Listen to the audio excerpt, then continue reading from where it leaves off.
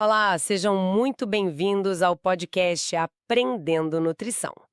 E hoje vamos falar sobre oxidação dos alimentos, mecanismos, consequências e controle. Sabe quando a gente vai até o fundo do armário, pega aquela garrafa de óleo que estava esquecida lá atrás, abre a tampa e, de repente, vem aquele cheiro fortíssimo? Nossa, sim, é inconfundível. Pois é, um aroma que lembra, sei lá, uma mistura bizarra de tinta velha com papelão molhado, ou então no supermercado mesmo, quando a gente olha para a vitrine de carnes e nota aquele bife que perdeu o vermelho vivo e assumiu um tom cinza meio triste, tipo quase um bife zumbi, sabe? Ah, o famoso bife zumbi, eu sei bem como é. Então, o que a gente está presenciando nesses momentos não é só comida estragada de forma genérica. Na verdade, é o cenário pós-guerra de uma batalha química microscópica que é simplesmente implacável. É a mais pura verdade. E olha, o que torna tudo isso ao mesmo tempo fascinante e, confesso, um pouquinho assustador, é que essa guerra invisível está acontecendo o tempo todinho. Em todas as despensas, em todas as geladeiras. O tempo todo mesmo. Sim, e para a ciência de alimentos, essa deterioração não é só um incômodo estético ou um sabor ruim que faz a gente cuspir a comida. É literalmente um dos adversários mais formidáveis que a indústria enfrenta hoje. Com certeza. Porque quando a gente olha para aquele óleo com cheiro de tinta ou para aquela carne acinzentada, a gente está vendo o fim da linha de um processo de degradação. Um processo que destruiu nutrientes vitais e, dependendo do caso, transformou algo que era super seguro em algo perigoso para a saúde. E é exatamente por isso que a nossa missão nessa imersão de hoje é, tipo, investigar essa cena de crime a fundo. A gente vai entender como essa guerra começa, o porquê dela destruir a nossa comida de dentro para fora e, claro, quais vão as armas que a ciência está desenvolvendo para nos defender de tudo isso. Exato. E temos materiais muito bons para guiar isso. Muito bons. Para embasar essa nossa conversa, nós mergulhamos numa verdadeira montanha de dados recentes. A gente se apoiou especialmente em duas compilações científicas massivas, né? Uma é uma análise profunda feita pelo Ferrari, em 2021, sobre os métodos de controle, e a outra é uma pesquisa bem de fronteira do grupo do Joe, de 2023, que mapeou desde a química molecular até as embalagens do futuro. São materiais que mudam completamente a forma como a gente enxerga o nosso próprio prato. Eles não apenas listam o que acontece, sabe? Mas eles dissecam mesmo os mecanismos físicos e químicos. Aham. E, para entender como proteger a comida, a primeira regra básica é entender como o adversário ataca. Perfeito. Então vamos começar pelo ataque. Se a gente der um zoom infinito ali num pedaço de manteiga ou num fio de azeite, o que é a oxidação na prática? Tipo, quem está atirando em quem nesse nível molecular? Bom, vamos lá. O grande vilão dessa história, o gatilho de tudo, atende pelo nome de radical livre. Ah, a gente sempre ouve esse nome. Exato, ele é famoso. Na química, as moléculas gostam muito de estabilidade. Elas gostam de ter os seus elétrons arrumadinhos ali, em pares. O radical livre, por outro lado, é uma molécula desequilibrada. Ele perdeu um elétron. Tá, e aí ele fica. Ele entra num estado de desespero químico total. Como ele está faltando um pedaço, ele se torna altamente reativo e o que ele faz? Ele sai pela estrutura do alimento procurando qualquer outra molécula da qual ele possa roubar um elétron para voltar a se estabilizar. Peraí, isso soa exatamente como um roteiro de filme de zumbi. Como assim? É que, tipo, o radical livre é o zumbi inicial, o paciente zero. Ele tá faltando um pedaço, né? Então ele vai lá e morde uma molécula de gordura saudável só para roubar o elétron. Só que, ao fazer isso, a molécula de gordura saudável agora também perdeu um elétron. Sim, exatamente. Então ela vira o novo zumbi da história que vai morder a molécula vizinha. É isso, é uma reação em cadeia. Olha, essa é a analogia perfeita. É literalmente um apocalipse zumbi microscópico e, acima de tudo, é uma reação em cadeia que cresce de forma exponencial. Que loucura! Sim, um único radical livre pode iniciar uma cascata que destrói milhares e milhares de moléculas em pouco tempo. E o alvo favorito desses zumbis, vamos dizer assim, são os ácidos graxos insaturados, ou seja, as nossas famosas gorduras insaturadas. Mas, por que justamente elas? A gente sempre ouve falar que a gordura insaturada é a heroína da dieta, né? O ômega 3, essas coisas, porque ela é o alvo mais fácil. Então, tudo se resume à estrutura física dela. As gorduras insaturadas têm o que a gente chama na química de ligações duplas entre os átomos de carbono. Certo? Imagina uma cerca de madeira que está protegendo uma casa. Uma gordura saturada, a gordura mais pesada, é uma cerca contínua, forte e sem falha, nenhuma. Já uma gordura insaturada, por causa dessas ligações duplas, é como uma cerca que tem os espaços vazios, sabe? Umas tábuas faltando. Ah, entendi. É uma estrutura bem mais flexível, o que é maravilhoso para o nosso corpo funcionar bem, mas, para o alimento estocado, esses espaços vazios são exatamente os pontos fracos. É por ali que o radical livre consegue invadir e roubar o elétron com muita facilidade. Nossa, faz todo sentido. E quando esse zumbi químico entra por essa cerca quebrada e morde a molécula de gordura, o que acontece com ela? Ela simplesmente desmorona? Ela se transforma temporariamente num composto chamado hidroperóxido. O grande problema aí é que esse hidroperóxido é extremamente instável, ele não para quieto. Uhum. Ele não consegue manter a forma dele por muito tempo e logo ele se estilhaça, ele quebra em vários pedaços menores. E é bem aqui que a tragédia sensorial acontece de verdade. Tragédia sensorial. Esses pedaços menores que sobram são moléculas de aldeídos e cetonas. Aldeídos, essa palavra me soa familiar. O formaldeído, que a gente sabe que é usado para embalsamar coisas e tem um cheiro fortíssimo, ele faz parte dessa mesma família química, não faz? Exatamente isso. Eles são primos químicos, digamos assim. E é por isso que um óleo muito oxidado tem aquele cheiro que lembra tinta fresca ou até um produto de limpeza bem pesado. Credo. Pois é.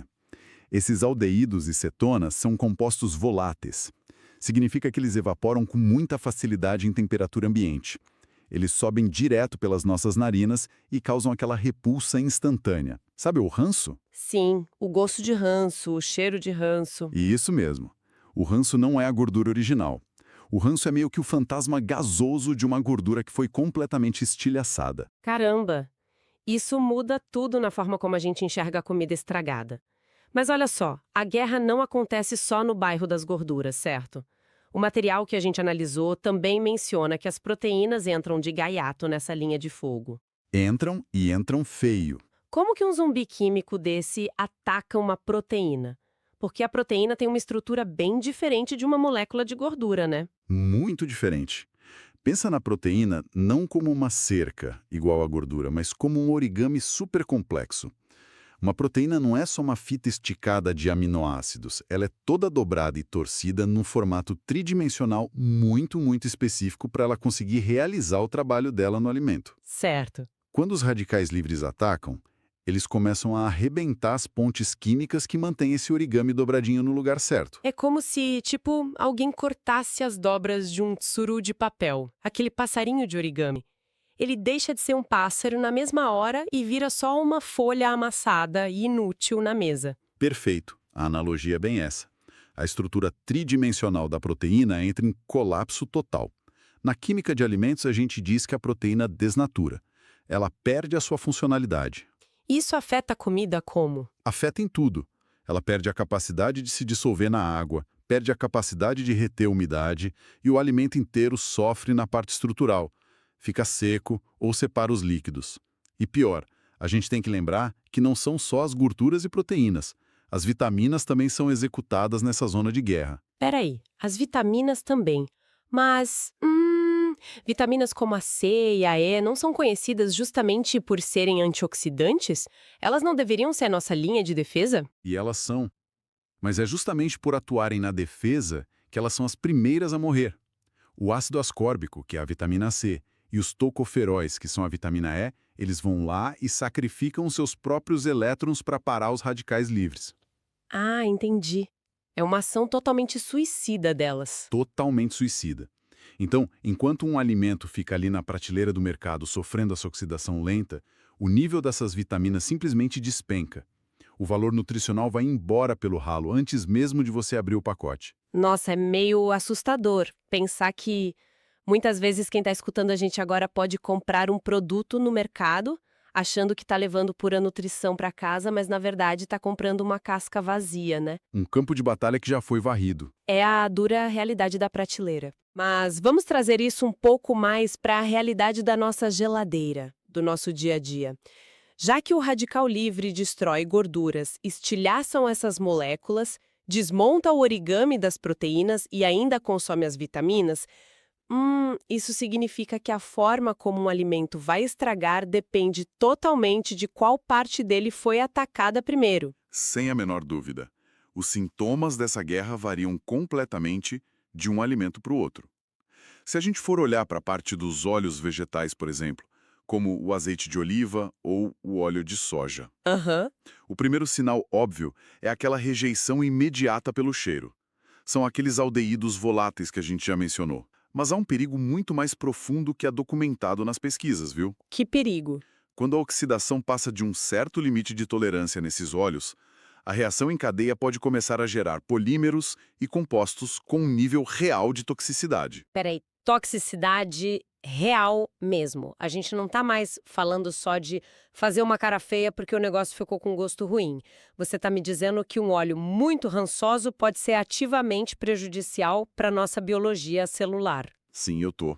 O consumo contínuo e em grande escala de lipídios altamente oxidados introduz no nosso corpo uma carga gigantesca de radicais livres, o que acaba causando o famoso estresse oxidativo nas nossas próprias células. Meu Deus! E a ironia mais dolorosa disso tudo é que os alimentos que a gente mais se esforça para comer por questões de saúde costumam ser os mais vulneráveis de todos. É o famoso paradoxo do peixe, né? Esse mesmo. A gente passa a vida inteira ouvindo de todo mundo, coma salmão, coma sardinha, consuma bastante ômega 3, porque faz super bem para o cérebro e para o coração, mas o ômega 3 é uma gordura altamente poliinsaturada, certo? Certo. Ou seja, voltando lá na nossa analogia, ele é uma cerca super longa, cheia de buracos e com várias tábuas faltando.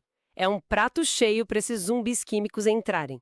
É o alvo mais fácil de todos, de longe. Os pescados têm tantas ligações duplas, tantos buracos nessa cerca, que a suscetibilidade à degradação é simplesmente brutal. E é por isso que o peixe estraga tão rápido. Exato. Um peixe fresquinho pode rancificar e desenvolver aqueles sabores meio metálicos, cheiros amoniacais que o pessoal detesta, numa fração mínima do tempo que uma carne bovina, por exemplo, levaria. Faz todo sentido. E já que você tocou na carne bovina, como ela? Na carne vermelha, a oxidação afeta não só a gordura, que fica amarelada, mas afeta fortemente a mioglobina. Mioglobina, aquela proteína da cor. Isso. A proteína responsável pela cor vermelha brilhante do músculo. Quando a mioglobina sofre a oxidação, o átomo de ferro que fica dentro dela muda de estado químico. O resultado visual disso é aquela carne que passa do vermelho vibrante para um marrom acinzentado na vitrine, Aham. que é algo que qualquer consumidor rejeita imediatamente no açougue, mesmo que a carne ainda nem tenha um cheiro forte de ranço, sabe? E eu confesso pra você que eu mesma já joguei carne fora só pela cor, viu? Mesmo estando dentro da validade. É quase que um instinto de sobrevivência nosso, né? A gente naturalmente associa aquela cor cinza à decomposição. É um instinto humano, não tem jeito. Mas mudando de corredor lá no supermercado, e quando os laticínios?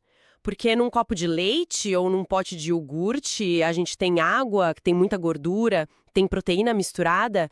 Como que a oxidação consegue destruir um iogurte? Ah, aí é que o colapso das proteínas que a gente explicou lá do origami ganha vida.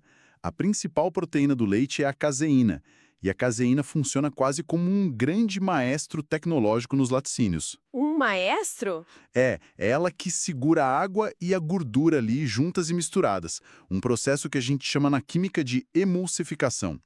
Ela forma uma rede enorme, uma malha, que dá aquela textura cremosa maravilhosa de um queijo fresco, ou a consistência firme de um iogurte grego, por exemplo. Deixa eu ver se eu entendi a imagem mental. Água e óleo se odeiam profundamente, eles não se misturam de jeito nenhum na natureza, né? De jeito nenhum. Então a caseína atua meio que como um diplomata. Ela segura a mão da água com uma das mãos, segura a mão da gordura com a outra mão e força essas duas a conviverem em paz no mesmo espaço ali no pote. Uma excelente visualização é bem por aí. Mas o que você acha que acontece quando o radical livre vai lá e ataca logo o diplomata. E acaba a paz. Acaba a paz. A caseína sofre as modificações estruturais e perde as suas mãos. Ela não consegue segurar mais ninguém. Aquela rede simplesmente se rompe. E o que a gente vê no pote quando abre? O resultado prático é que o iogurte começa a soltar um líquido meio amarelado por cima, sabe? Ele vai perdendo a estrutura e ficando aguado. Ah, aquele soro que fica boiando? Exatamente aquele soro.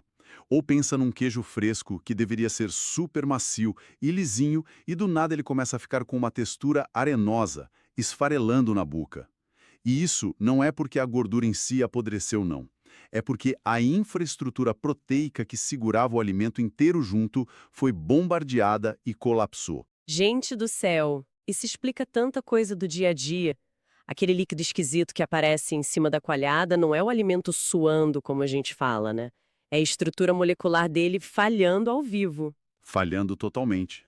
Olha, é um cenário meio desolador, para ser bem sincera.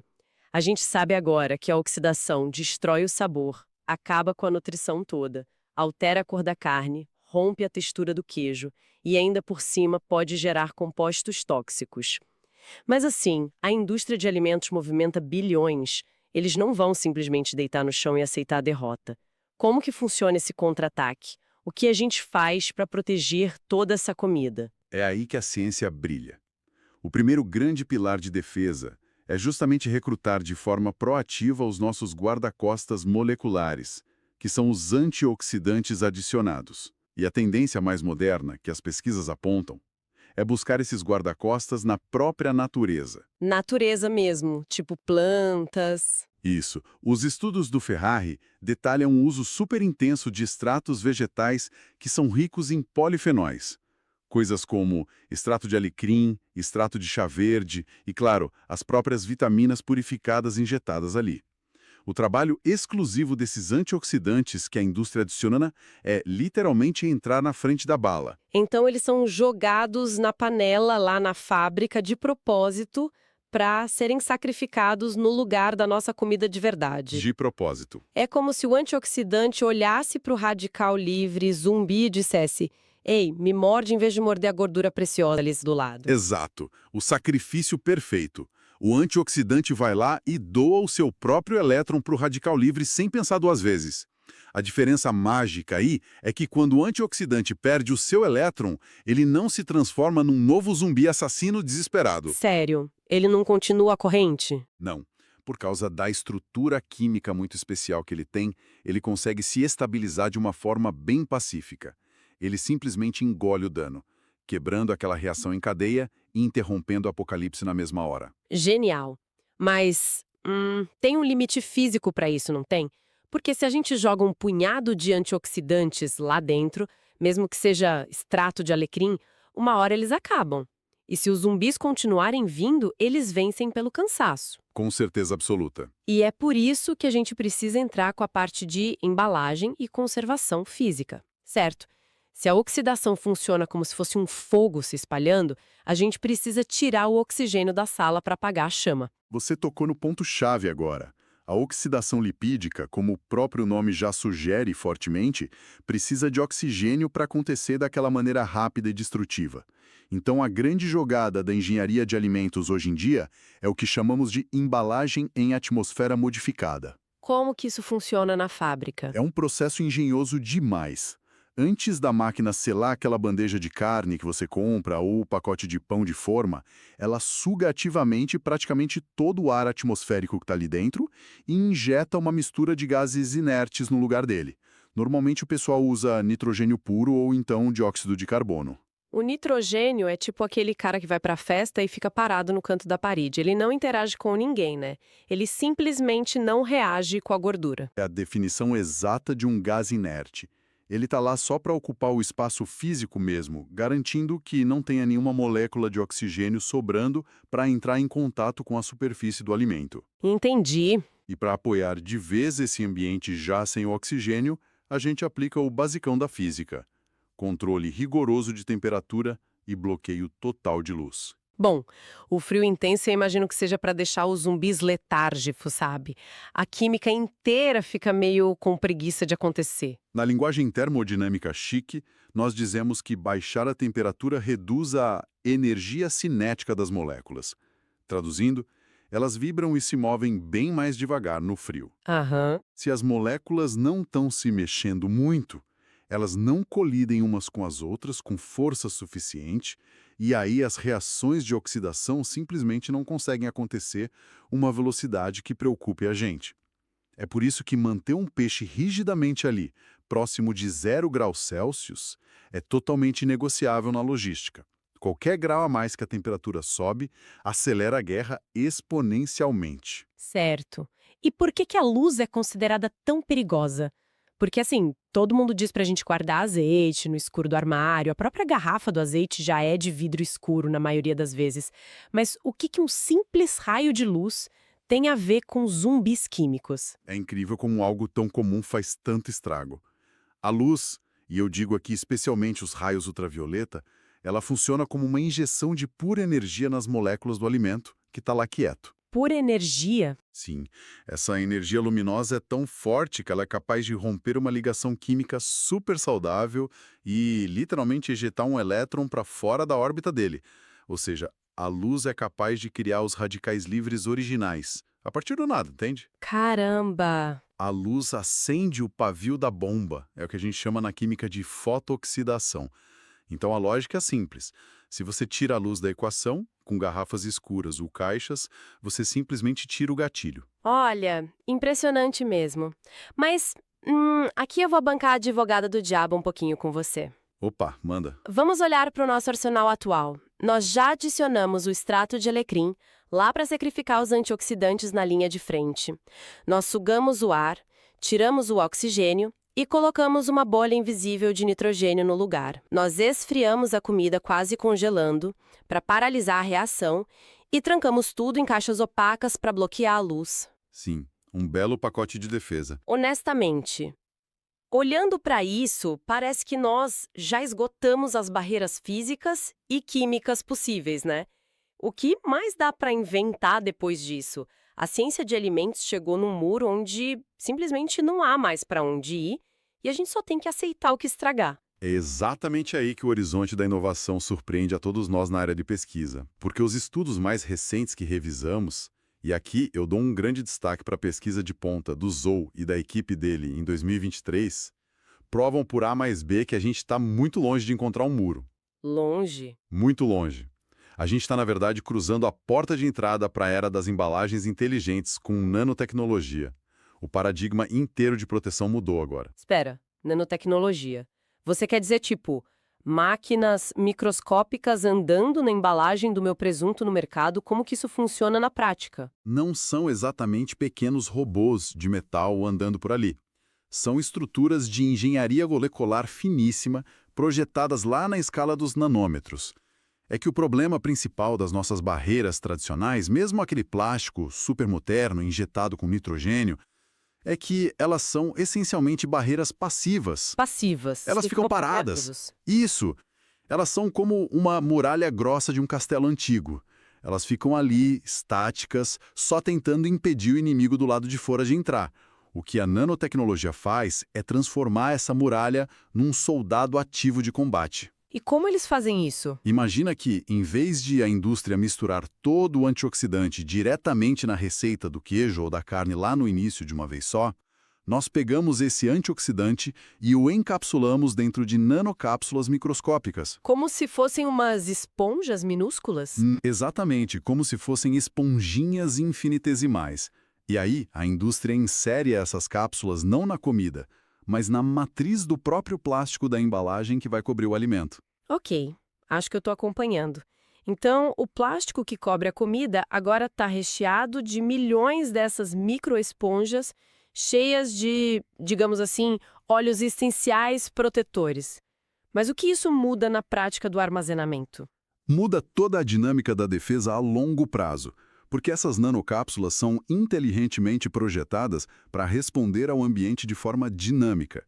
Conforme o tempo vai passando lá na prateleira, ou conforme a umidade dentro daquela embalagem se altera por alguma razão, essas cápsulas começam a acordar e difundir os antioxidantes lenta e continuamente, agindo diretamente sobre a superfície do alimento. Ah, sensacional! Então ela não é mais só um pedaço de plástico inerte. É como se a embalagem inteira funcionasse como um sistema de soro intravenoso no hospital, sabe? Nossa, é muito isso. Soro sob demanda. A carne está ali, armazenada no plástico, sofrendo pequenos ataques normais do tempo, e a própria película em volta dela reage sentindo isso, liberando o remédio sob demanda, gota a gota molecular ali. Ela vai cobrindo o alimento e reabastecendo o exército de defesa ao longo de meses. Precisamente. E a genialidade disso é que você evita ter que sobrecarregar o próprio alimento com um monte de conservantes artificiais pesados durante a fabricação dele, o que, cá entre nós, costuma alterar e estragar muito o sabor original do produto. Com certeza, fica aquele gosto residual estranho, né? Pois é, com essa tecnologia, você confia todo o fardo da defesa para a embalagem inteligente e consegue manter a integridade nutricional e sensorial do seu produto intacta por muito mais tempo na prateleira. E é esse nível de controle minucioso que garante que a gente consiga, hoje, alimentar bilhões de pessoas no mundo inteiro sem sofrer perdas massivas de segurança ou qualidade durante a nossa complexa logística global. Nossa, é um nível de engenharia invisível que é absolutamente brilhante de se pensar. Chega-se de explodir a cabeça, parar para refletir que num dia qualquer, quando quem está nos escutando estiver fatiando um simples pedaço de queijo ou preparando uma torrada com manteiga de manhã, existe todo um universo de alta tecnologia ali. Desde os gases inertes, sufocando radicais livres, até nanocápsulas em plástico reativo, que trabalharam em total silêncio durante semanas para que aquele sabor exato e não o gosto de ranço chegasse na sua boca. O que mostra, no fim das contas, que por trás da comida mais simples do nosso dia a dia, a gente está mastigando literalmente pura ciência. Ah, com certeza. A ciência e a nossa alimentação de todo dia são coisas totalmente indissociáveis. Acredito que compreender as engrenagens da oxidação, saber o motivo profundo pelo qual a gente precisa guardar o azeite no escuro e o peixe no gelo, tudo isso nos transforma em consumidores imensamente mais críticos. E, claro, ajuda a valorizar o esforço científico descomunal, que existe só para tentar frear as leis inevitáveis da entropia. Eu diria até que esse nosso papo muda de verdade a nossa relação com a própria despensa de casa. Mas, para fechar nossa imersão de hoje, eu quero muito deixar uma semente plantada na cabeça de quem está acompanhando a gente. Algo para se refletir e matutar mesmo na próxima vez que estiver caminhando ali pelos corredores do supermercado. Vamos lá, qual é a provocação de hoje? Pensa bem no que conversamos. Se a nanotecnologia continuar evoluindo, a ponto de a embalagem de plástico se tornar um dispositivo verdadeiramente ativo, um material vivo que percebe a degradação e libera compostos químicos, óleos e antioxidantes de forma ativa na superfície da sua refeição ali dentro, onde exatamente termina a embalagem e onde começa a comida de verdade? Será que num futuro bem próximo, as agências de vigilância sanitária e a própria nutrição vão precisar classificar o plástico da embalagem como um ingrediente ativo da sua dieta? Fica aí o questionamento. Aproveitem para se inscrever no canal e clicar no sininho para notificações sobre novos conteúdos. Até a próxima!